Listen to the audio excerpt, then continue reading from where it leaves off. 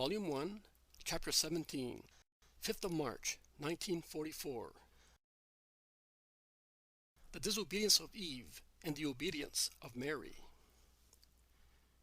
Jesus says, "Do we not read in Genesis that God made man the overlord of everything on the earth? That is, everything except God and his angelical ministers? Do we not read that he made the woman the companion of man in his joy and his domination over all living beings? Do we not read that they were allowed to eat of everything with the exception of the tree of the knowledge of good and evil? Why? What is the meaning of the words, that he might rule? And what is the meaning of the tree of the knowledge of good and evil?" Have you ever asked these questions, you man, who ask so many useless ones, and never ask your soul about heavenly truths? Your soul would tell you, if it were alive, because a soul in grace is held like a flower in the hands of your angel, and like a flower it is kissed by the sun and sprinkled with dew by the Holy Spirit, who warms and illuminates it, sprays and decorates it with heavenly lights. How many truths your soul would tell you, if you only knew how to converse with it, if you loved your soul that makes you like God, who is a spirit, as your soul is a spirit. What a great friend you would have if you loved your soul instead of hating it to the extent of killing it. What a great and sublime friend with whom you could talk of celestial matters, since you men are so eager to talk, and you ruin one another with friendships which, if they are not unworthy ones, as sometimes they are almost always useless, and they turn into a vain and damaging tumult of worldly words. Did I not say, if anyone loves me, he will keep my word, and my Father will love him, and we shall come to him and make our home with him? The soul in grace possesses love, and by possessing love it possesses God. That is, the Father who preserves it, the Son who teaches it, the Spirit who illuminates it. It therefore possesses knowledge, science, wisdom, light. Consider therefore what sublime conversations your soul could hold with you. Such conversations fill the silence of prisons, the silence of cells, the silence of hermitages, the silence of the rooms of holy sick people. Such conversations were the consolation of prisoners awaiting martyrdom, of cloistered monks and nuns searching for the truth, of hermits longing for an advanced knowledge of God, of sick people in bearing, nay, in loving their crosses. If you knew how to question your soul, you would be told that the true, extensive meaning, as comprehensive as creation itself, of the words, "that he might rule," is this: that man might dominate everything, that is, his three states. The lower state, the animal one; the middle state, the moral one; the superior state, the spiritual one. And all three of them are to be directed to one sole aim, to possess God. To possess him by deserving him through a strict control which subdues all the power of one's ego and conveys it to one only purpose: to deserve to possess God. Your soul would tell you that God had forbidden the knowledge of good and evil, because he had already granted good to his creatures gratuitously, and he did not want you to know evil, because it is a sweet fruit to taste, but once its juices become part of your blood, it causes a fever that kills you and produces a parching thirst, so that the more one drinks of that false juice, the more thirsty one becomes. You might object, and why did he put it there? Because evil is a force that originated by itself, like certain monstrous diseases, in the most wholesome body. Lucifer was an angel, the most beautiful of all the angels, a perfect spirit, inferior only to God, and yet in his bright essence a vapor of pride arose, and he did not scatter it. On the contrary, he condensed it by brooding over it. And evil was born of this incubation. It existed before man. God had hurled him out of paradise, the cursed incubator of evil, who had desecrated paradise. But he is the eternal incubator of evil, and as he can no longer soil paradise, he has soiled the earth.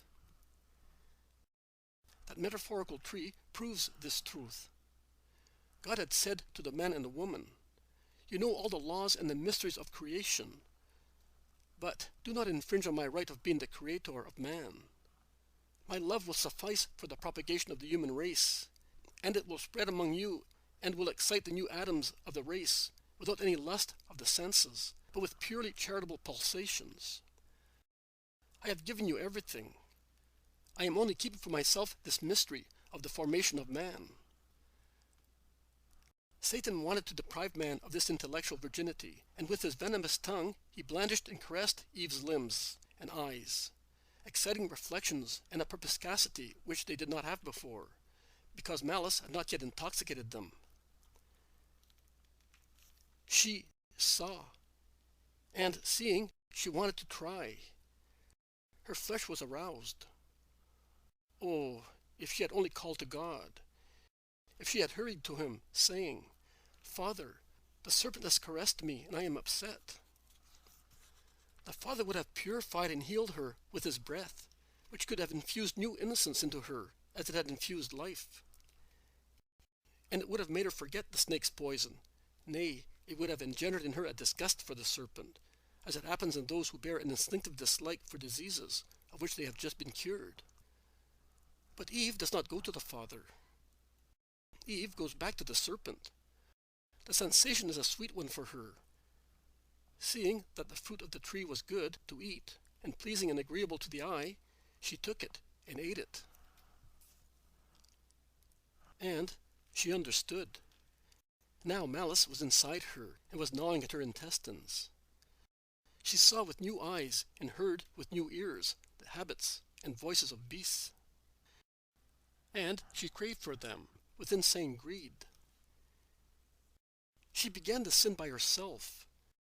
She accomplished it with her companion. That is why a heavier sentence is laid on woman. Because of her, man has become rebellious towards God, and has become acquainted with lewdness and death. Because of her, he was no longer capable of dominating his three reigns, the reign of the Spirit, because he allowed the Spirit to disobey God, the moral reign, because he allowed passions to master him, the reign of the flesh, because he had lowered it down to the instinctive level of beasts. "The serpent seduced me," says Eve. "The woman offered me the fruit, and I ate of it," says Adam. And the triple greed has ruled the three dominions since then. Only grace can relax the hold of this ruthless monster. And if grace is alive, nay, thoroughly alive, and kept more and more alive by the goodwill of a faithful Son, it will succeed in strangling the monster, and will no longer have anything to fear. It will not be afraid of internal tyrants, which are the flesh and passions. Neither will it be afraid of external tyrants. These are the world and the mighty ones on the earth. It will dread neither persecutions nor death. It is as Paul the Apostle says, "I fear none of these things, neither do I care for my life more than I care for myself, provided I carry out the mission and the ministry the Lord Jesus gave me, and that was to bear witness to the good news of God's grace." 8th of March, 1944. Mary says, "I obeyed in my joy, because when I understood the mission to which God called me, I was full of joy. My heart opened like a closed lily, and it shed that blood which was to become the soil for the Lord's seed." The joy of being a mother. I had consecrated myself to God since my childhood, because the light of the Most High had shown me the cause of evil in the world, and, as far as it was in my power, I wanted to remove from myself every trace of Satan. I did not know I was without stain. I could not think I was. That simple thought would have been presumption and pride, because since I was born of human parents, it was not right for me to think that I was the chosen one to be the faultless one. The Spirit of God had informed me of the pain of the Father because of the corruption of Eve, who had lowered herself to the level of inferior creatures, whereas she was a creature of grace. It was my intention to soothe that pain by remaining unprofaned by human thoughts, wishes, and contacts, and thus restoring an angelical purity in my body. The palpitations of my heart were to be only for him, and only for him my whole being. But if there was no passion of the flesh in me, there was still the sacrifice of not being a mother. Also Eve had been granted by the Father Creator the gift of maternity, a maternity devoid of what now degrades it. The sweet and pure maternity without a sensual burden. I experienced it. Of how much did Eve divest herself by giving up such wealth? More than immortality. And do not think that I am exaggerating. My Jesus and I, his mother, with him, have experienced the languor of death. I, the sweet languor of a tired person who falls asleep. Jesus, the intense languor who dies sentenced to death. So we also experienced death. But only I, the new Eve, experienced maternity without any kind of profanation, that I might tell the world how sweet was the destiny of woman called to be a mother without any bodily pain. And the desire of such pure maternity was possible and actually existed in the Virgin, wholly devoted to God, because that maternity is the glory of woman.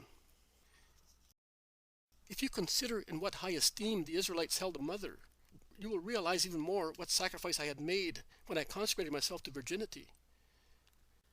Now, the eternal good Father granted me, his servant, this gift, without divesting me of the purity I had clothed myself in, to be a flower on his throne. And I rejoiced with the double joy of being the mother of a man and the mother of God. The joy of being the woman by means of whom peace was re-established between heaven and earth. Oh, what a joy to have desired this peace for the sake of God and of man, and to know that it was coming to the world through me, the poor handmaid of the Almighty. What a joy to say, "Man, do not cry any longer. I have in me the secret that will make you happy.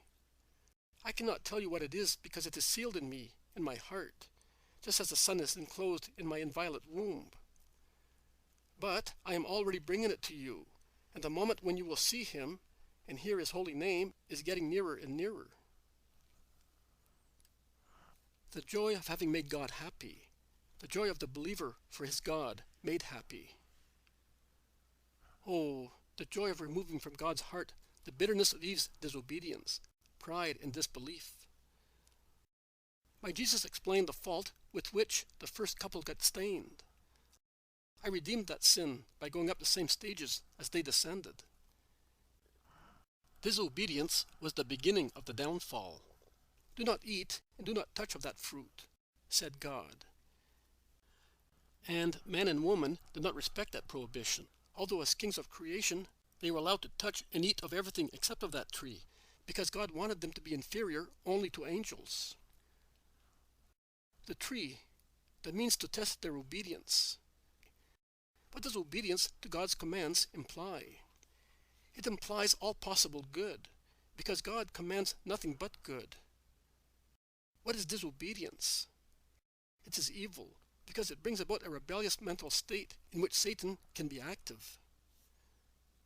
Eve goes towards the tree, which, if avoided, would have caused her welfare, if approached, would have caused her ruin. She goes there, led by the childish curiosity of seeing what is special about it, and by a rashness that makes her consider God's commands a useless one, since she is strong and pure, the Queen of Eden, where everything is subject to her and nothing can hurt her. Her presumption is her ruin. Presumption is the yeast of pride. At the tree she finds the seducer, who sings his songs of lies to her inexperience, to her beautiful virginal inexperience, to her badly guarded inexperience. You think there is evil here? No, there isn't. God told you because he wants to keep you as slaves under his power. You think you are king and queen?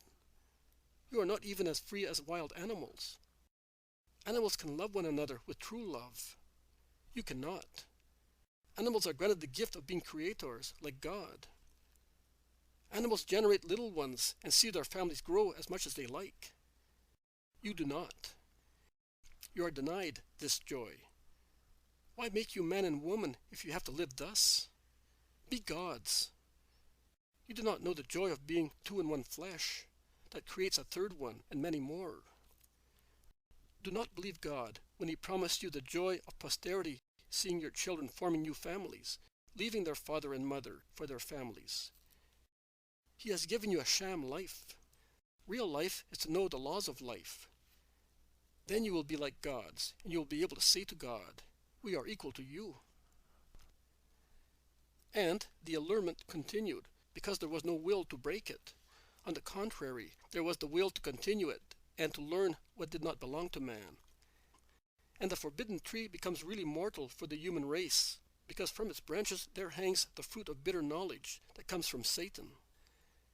And the woman becomes a female, and with the yeast of satanic knowledge in her heart, she moves on to corrupt Adam. With their bodies and souls degraded, and their morals corrupted, they become acquainted with sorrow and the death of both their souls deprived of grace, and of their bodies divested of immortality. And Eve's wound engendered suffering, which will not subside until the last couple on earth are dead. I went along the road of the two sinners, but in the opposite direction. I obeyed. I obeyed in every way. God inspired me to be a virgin. I obeyed.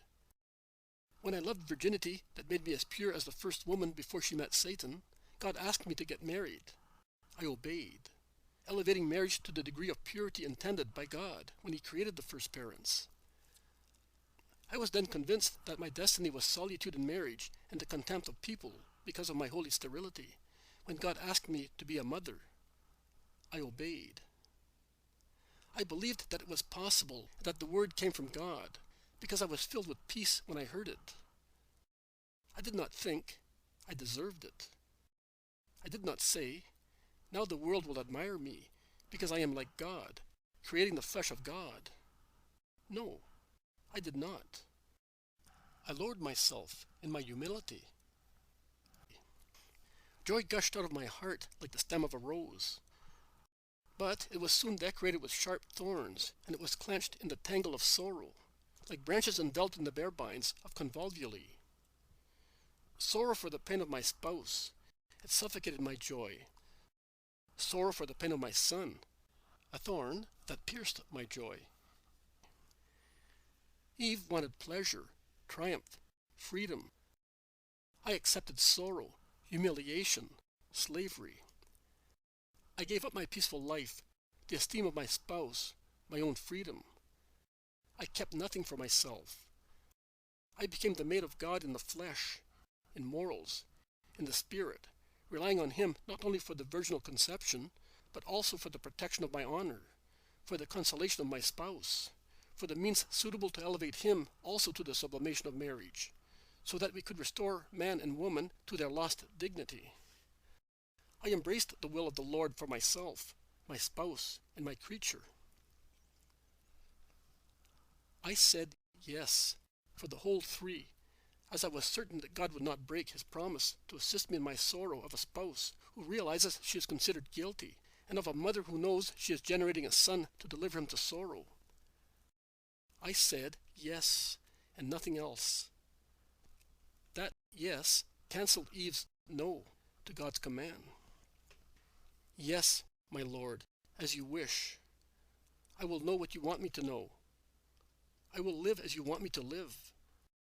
I will rejoice if you wish so. I will suffer for what you want me to suffer. Yes, forever, my Lord, from the moment your ray made me a mother to the moment you called me back to you. Yes, forever, yes. All the good voices of the flesh, all the good passions of the spirit were under the weight of my perpetual yes. And above, on a diamond pedestal, there was my spirit, lacking wings to fly to you, but it was the master of the old ego, subdued and made your servant. Servant in joy, servant in sorrow. But smile, O God, and be happy. Guilt has been defeated. It has been removed and destroyed. It lies under my heel. It was washed in my tears and destroyed by my obedience. The new tree will be born of my bosom, and it will bear the fruit that knows all the evil, because it suffered it all in itself, and will give all the good. All men will be able to come to it, and I will be happy if they take of it. even if they do not remember that it was born of me. Providing man is saved and God is loved, let it be done to his handmaid what is done to a clod of earth on which a tree is planted, a step to a sand. Mary, we must always be steps so that other people may ascend to God. It does not matter if they tread on us, providing they are successful in reaching the cross. It is the new tree that has the knowledge of good and evil, because it tells man what is good and what is evil, so that he may choose and live, and at the same time it is a medicine that cures those who are intoxicated by the evil they wanted to taste. Let our hearts be under the feet of man, that the number of the redeemed may increase, and the blood of my Jesus not be shed fruitlessly. That is the destiny of the maids of God.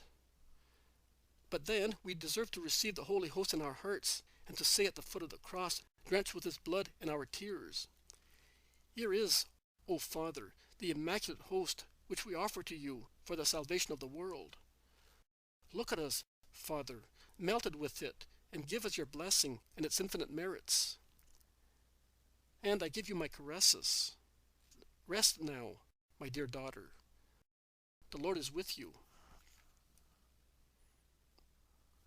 Jesus says, "My mother's words should disperse all perplexity of thought, also in the minds most confused and muddled by pseudoscience." I said metaphorical tree. Now I will say symbolical tree. Perhaps you will understand better. Its symbol is clear. The inclination to good and evil of the two children of God would be understood by their behavior towards the tree. Like aqua regia, that tests gold in the scales of the goldsmith that weighs its carats, that tree, by God's command, became a means of testing, and it gave the measure of Adam's and Eve's symbolical mental purity. I can already hear your objection. Was the punishment not excessive, and the means used to condemn them not childish? Actual disobedience in you, who are their heirs, is not so grave as if it were in them. You have been redeemed by me. But Satan's poison is always ready to rise again, like certain diseases that never disappear completely in the blood. The first parents possessed grace, without ever even nearing this grace. They were therefore stronger and more firmly supported by grace that generated love and innocence. The gift given them by God was infinite. Much graver is therefore their fall, notwithstanding that gift. Also, the fruit that was offered and eaten was symbolical. It was the fruit of an experience they wanted to have at Satan's instigation to break God's command. I had not forbidden men love. I only wanted them to love each other without malice. As I loved them in my holiness, they were to love each other in the holiness of affections, unsoiled by lewdness. It must not be forgotten that grace is light, and whoever possesses it knows what is good and useful to know. Mary, full of grace, knew everything, because wisdom taught her, wisdom that is grace, and she knew how to live in a holy way. Also Eve knew what was good for her to know, but not more, because it is valueless to know what is not good. But she did not have faith in God's word, and was not faithful to her promise of obedience. She believed in Satan. She broke her promise. She wanted to know what was not good. She loved it without regret. She turned love into something corrupt and degraded, which I instead had permitted as something holy. A sullied angel, she wallowed in mud and litter, whereas she could have run happily amongst the flowers of the earthly paradise, and she could have seen her offspring flourish around her, like a plant that is covered with flowers without bending its leaves into the mire. Do not be like the foolish children mentioned by me in the Gospel. They heard other children sing, and they stopped their ears. They heard them play the pipes, and they did not dance. They heard them weep, and they wanted to laugh. Do not be narrow-minded. Do not be deniers. Accept the light without malice and stubbornness, without irony and disbelief. Enough said of that. To make you understand how grateful you must be to Him who died to elevate you to heaven and to defeat Satan's concupiscence, I wanted to speak to you in this period of preparation for Easter of what was the first link of the chain by which the word of the Father was dragged to death, the divine lamb to the slaughterhouse. I wanted to speak to you about it, because at present 90% of you are like Eve, intoxicated by Lucifer's breath and words, and you do not live to love one another, but to glut yourselves with sensuality. You do not live for heaven, but for filth. You are no longer creatures gifted with soul and reason, but dogs without soul and without reason. You have killed your souls and perverted your reason. I solemnly tell you that brutes surpass you in the honesty of their love.